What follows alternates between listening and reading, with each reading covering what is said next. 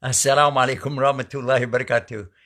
I wanted to share some very good news with you, and I hope that you'll share this video instantly and let everybody know about this. Of course, this is not our regular television channel. This is just social media. But this might be the news that we've been looking for. Our Prophet sallallahu alaihi wasallam, he told us in a clear hadith, it's mentioned in Sahih Bukhari, that Allah did not send down any disease except that he also sent the cure for it. Now, all of us, we were familiar with Sahih Bukhari.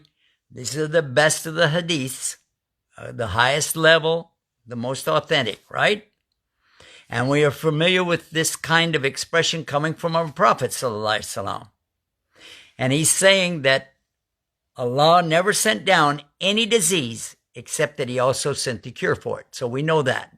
Okay, we got that. And guess what?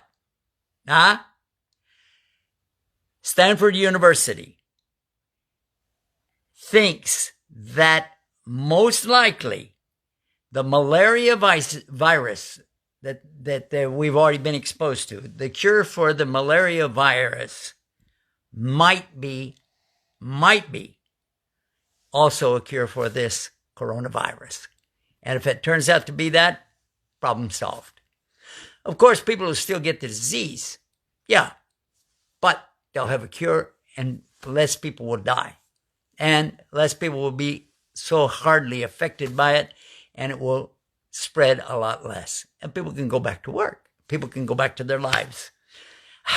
Yeah. Thank you, Allah. But in any case, whether it is or not, we still need to thank Allah. Alhamdulillah, alhamdulillah rabbil alameen, huwa alladhi ja'alna muslimin. Okay? Share this, please. Please share this news. Assalamu alaikum.